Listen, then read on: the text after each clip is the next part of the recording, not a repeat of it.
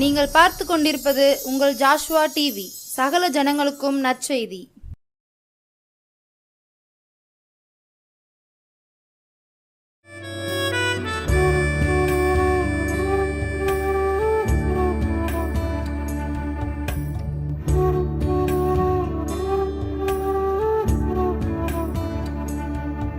கிறிஸ்துவுக்குள் பிரியமானவர்களே, ஆண்டவராகிய இயேசுவின் நாமத்தினாலே உங்களை நான் வாழ்த்துகிறேன். எல்லாம் சந்தோஷமாக இருக்கீங்களா? இந்த நாளிலும் வேதத்திலிருந்து ஒரு வசனத்தை வாசித்து தியானித்து கடந்து செல்வோம். அதற்கு முன்பாக தலையை தாழ்த்தி ஜெபிப்போம். அன்புள்ள ஆண்டவரே, அருமையான அந்த வேலைக்காக நன்றி அப்பா. நீர் எங்களோடு கூட பேசுங்க ஆண்டவரே. உடைய வார்த்தைகளை கேட்டு அதன்படி நடக்க எங்களுக்கு கிருபை தாரும். இயேசுவின் நாமத்தில் ஜெபிக்கிறோம் நல்ல பிதாவே, ஆமென். இந்த நாளிலும் தியானத்திற்கென்று எடுத்துக்கொண்ட வேத வசனம் எபிரேயர் 13 அந்நியரை உபசரிக்க மறவாதிருங்கள், அதனாலே சிலர் அறியாமல் தேவதூதரையும் உபசரித்தது உண்டு. அந்நியரை உபசரிக்க மறவாதிருங்கள். இன்னைக்கு நம்ம உபசரிப்பதில் நம்ம தமிழ்நாட்டு மக்கள்லாம் சிறந்து இருக்கிறாங்க. யாரை உபசரிக்கிறோம் இன்னைக்கு சொல்லுங்க பார்ப்போம். யாரை உபசரிக்கிறோம்? கூட பிறந்தவங்களுக்குன்னா விருந்து போட்டு நல்லா கவனிக்கிறோம். நம்ம ஃப்ரெண்ட்ஸுன்னா அடுத்த ஸ்டேஜ் அவங்கள கூட்டு வந்து டீ காஃபி கொடுத்து உபசரிக்கிறோம். சில பேர் நம்மளுக்கு வேண்டியவங்களை வந்து டீ மட்டும் கொடுத்து உபசரிக்கிறோம்.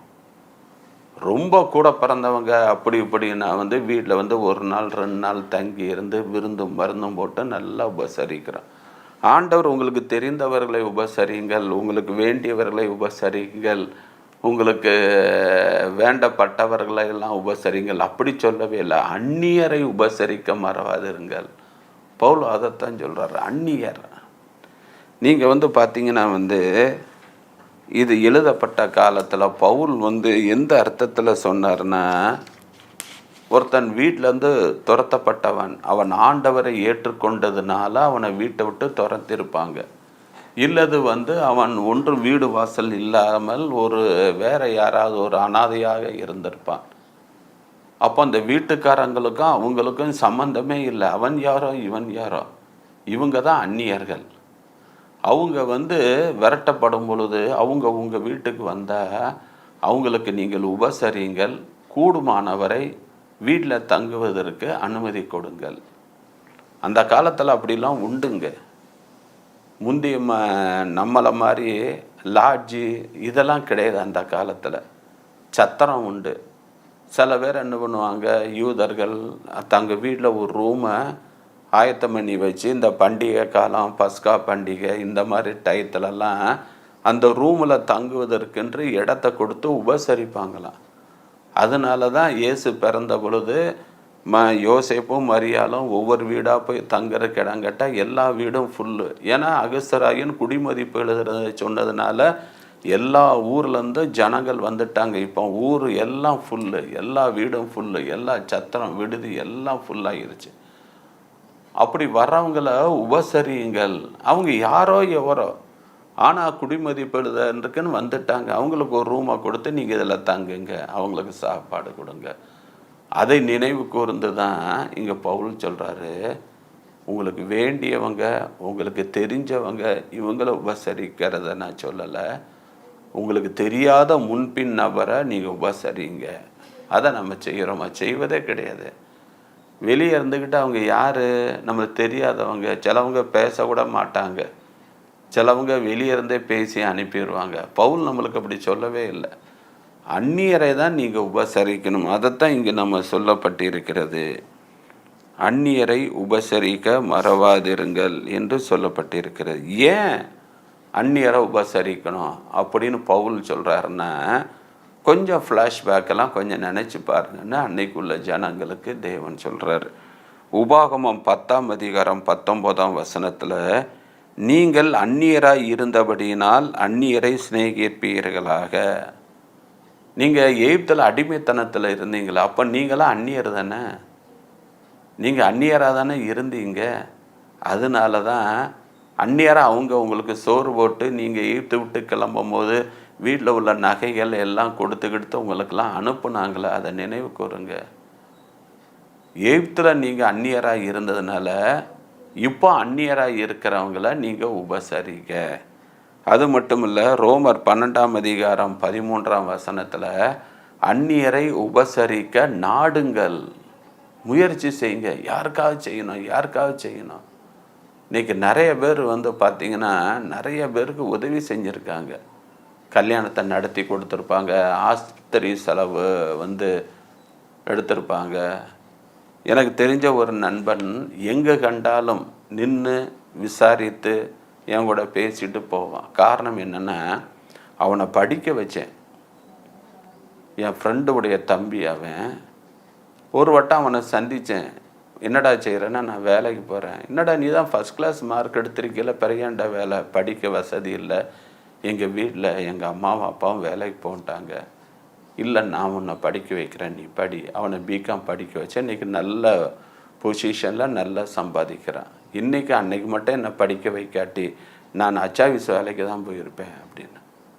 அவன் என் ஃப்ரெண்டுடைய தம்பி, அவ்வளோதான், வேறு ஒன்றும் இல்லை. இருந்தாலும் அந்நியரை உபசரிக்க மறவாதிருங்கள்ன மாதிரி அவனை நான் படிக்க வச்சேன். நான் இன்றைக்கி நிறைய பேரை கேள்விப்பட்டிருக்கேன்.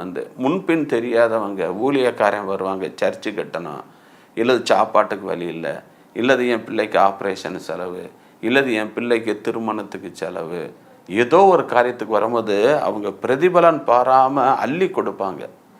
அவன் திருப்பி செய்வான்லாம் நினைக்க மாட்டாங்க, செய்வாங்க. அதான் அந்த வசனம், அந்நியரை உபசரிக்க மறவாதிருங்கள். முன்பின் தெரியாதவனுக்கு சாப்பாடு கொடுத்தீல, ஒரு டம்ளர் தண்ணி கொடுத்தீல, வஸ்திரம் கொடுத்தீல, அதெல்லாம் தேவன் பார்ப்பாருங்க. இந்த கிறிஸ்மஸ் டயத்தில் நிறைய பேர் பார்த்திங்கன்னா தங்கள்கிட்ட கொஞ்சம் பழைய சேலையாக இருக்கும், அதெல்லாம் இல்லாதவங்களுக்கு கொடுங்கள்னு நிறைய பேர் கொடுப்பாங்க. நாளை எத்தனையோ ஹோட்டலில் இந்த க்ளீன் பண்ணுறவங்க, பாத்திரங்கள் வரவங்க, குப்பால்றவங்க, திருத்தொட்டிகள், இவங்கெல்லாம் பார்த்திங்கன்னா 2 சேலை 3 சேலை தான் மாறி மாறி துவைச்சிக்கிட்டவங்க. அவங்களுக்கெல்லாம் வருஷம் நானே சில சேலைகளை எடுத்து கொடுப்பேன், புதுசாக எடுத்து கொடுப்பேன். இவங்களுக்கெல்லாம் இருந்தாங்க அப்படின்னு அவங்களாம் ரொம்ப சந்தோஷப்படுவாங்க. எனக்கு இருந்ததே 2 சேலை தான், மாறி மாறி தான் நான் கட்டுறேன், நீங்கள் கொடுத்ததுக்கு ரொம்ப தேங்க்ஸ் அப்படின்வாங்க. வருஷத்துக்கு என்னால் முடிஞ்சது நிறைய பேர் செய்கிறாங்க. இந்தாங்க புதுசாக ட்ரெஸ் வாங்கி கொடுங்க, இது ஏழை எளிய மக்களுக்கு கொடுங்க, இது ஏழைய ஊழியக்காரங்களுக்கு கொடுங்க. தேவன் அதெல்லாம் பார்க்குறாங்க. அதை எனக்கு செய்தீர்கள், நம்ம ஆண்டவருக்கு செய்கிறோங்க. ஏழைக்கு இறங்குறவன் கர்த்தருக்கு கடன் கொடுக்கிறான், கொடுத்ததை அவர் திருப்ப கொடுப்பார். அமுக்கி குலுக்கி சரிந்து விழும்படி கொடுப்பாருங்க. அதனால் ஏழை எளிய மக்களுக்கு செய்கிறத மட்டும் கணக்கு பார்க்காதீங்க. உங்களால் முடிஞ்ச அளவு. நிறைய பேர் இருக்காங்க இந்த கிறிஸ்மஸ் அன்னைக்கு, நியூ இயர் அன்னைக்கெல்லாம் பார்த்திங்கன்னா ஒரு 4 இட்லி பார்சல், ஒரு 10 பார்சல் போட்டு ரோட்டில் யாரெல்லாம் பிச்சைக்காரங்க, கோவில், பஸ் ஸ்டாண்டு அங்கெல்லாம் கை கால் இல்லாமல் வியாதினால அவங்களுக்கெல்லாம் உதவி செய்கிறாங்க. சாப்பிடுங்க, என்னால் முடிஞ்சது. அந்நியரை உபசரிக்க மறவாதிருங்கள். யாராவது ரோட்டில் யாராவது பிச்சை கேட்டாங்கன்னா அவங்களுக்கு பிச்சை போடுங்க. அவங்களுக்கு சம்பாதிக்கிறதுக்கு முடியாது, பிச்சை எடுத்து இதை வச்சு தான் அவங்க ஜீவனம் பண்ணணும். அவங்களுக்கெல்லாம் கொடுங்க, இல்லைன்னு மட்டும் சொல்லாதீங்க. சிலரை தேவதூதரை கூட நம்ம உபசரித்திருப்போம். அந்த தேவதூதர்களோட மாறு வேஷத்தில் மனிதர்களாக இவன்கிட்ட நல்ல குணம் இருக்கா, ஈகை குணம் இருக்கா, அந்நியரை உபசரிக்கிறோமா என்று அவர்களே வருவாங்க. அவங்களெல்லாம் திட்டிறாங்க, உனக்கு கைகால் நல்லா தானே இருக்குது, ஏன் நீலாம் உழைச்சி சம்பாதிக்கலாம்ல, அப்படிலாம் பேசுகிறாதீங்க. சிலராக தேவதூதர்களோட வருவாங்க. ரொம்ப கவனமாக இருக்கணும். அதான் இங்கே பார்க்கிறோம், அந்நியரை உபசரிக்க மறவாதிருங்கள். வேதத்தில் யாரெல்லாம் அந்நியரை உபசரித்து ஆசீர்வாதத்தை பெற்றுக்கொண்டார்கள் என்று பார்ப்போமா? ஆதியாகமம் 18ஆம் அதிகாரம் 1ஆம் வசனம் 2ஆம் வசனத்தை நீங்கள் வாசித்தீங்கன்னா, பின்பு கர்த்தர் மம்ரேயின் சமபூமியிலே அவனுக்கு தரிசனமானார். அவன் பகலின் உஷ்ண வேளையிலே கூடார வாசலிலே உட்கார்ந்திருந்து தன் கண்களை ஏறெடுத்து பார்க்கும் பொழுது இதோ 3 புருஷர் அவனுக்கு எதிரே நின்றார்கள். அவர்களை கண்டவுடனே அவன் கூடார வாசலிலிருந்து அவர்களுக்கு எதிர்கொண்டு ஓடி தரை மட்டும் குனிந்து. ஒரு 3 புருஷர்கள் ஆபிரகாம் வீட்டு வாசலில் உட்கார்ந்துட்டு இருக்கான். 3 புருஷர்கள் மதியம் உஷ்ண வேலையிலே வராங்க, மதியானம் போல் வராங்க.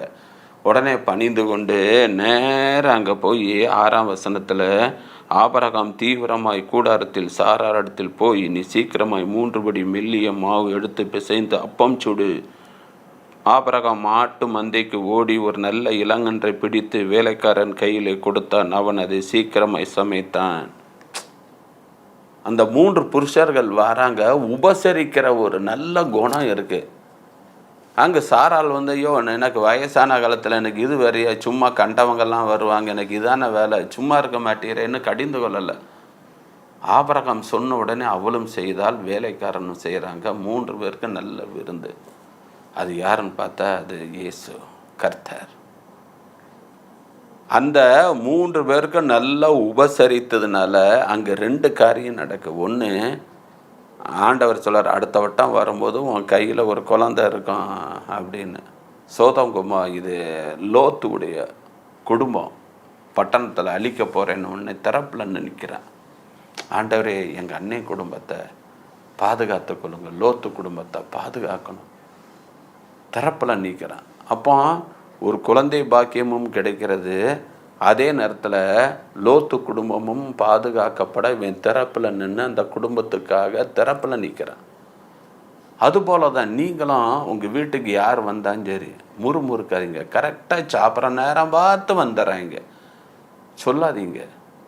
கரெக்டாக டீ குடிக்கிற நேரம் பார்த்து மூக்கு வேர்த்து வந்துடுறாங்கன்னு சொல்லாதீங்க. சாப்பிட்ற நேரம் யார் வந்தாலும் சாப்பாடு கொடுங்க. டீ டயத்தில் யார் வந்தாலும் டீ கொடுங்க. மற்ற நேரம் வந்தால் உபசரிங்க. ஏதோ ஒன்று உங்களால் முடிந்தது. வெறுங்கையாக மட்டும் அனுப்பாதீங்க. ஒன்றும் இல்லை, ஒரு டம்ளர் தண்ணி கொடுங்க. ஒரு கலசம் தண்ணீர் கொடுத்தவன் அதுக்குரிய பலனை அடையாமல் போவதில்லை. அவங்கள வெறுமையாக மட்டும் அனுப்பிடாதீங்க. ஏதாவது ஒன்று செய்யுங்க. 2 ராஜாக்கள் 4ஆம் அதிகாரம் 8ஆம் வசனத்தில், சூனேம் என்ற கணம் பொருந்திய ஸ்திரீ எலிசாவுக்கு விருந்து கொடுத்து, எப்பப்பெல்லாம் சூனேம் ஊருக்கு வராலோ அப்பெல்லாம் இந்த வீட்டில் வந்து தான் சாப்பிட்றான். உடனே தான் கணவன்கிட்ட சொல்லி, அப்பா இவருக்கு நம்ம வீட்டில் ஒரு ரூமை கட்டி கட்டில் மெத்த விளக்கெல்லாம் வைப்போம். எவ்வளோ ஒரு உபசரிக்கிற நல்ல குணம்.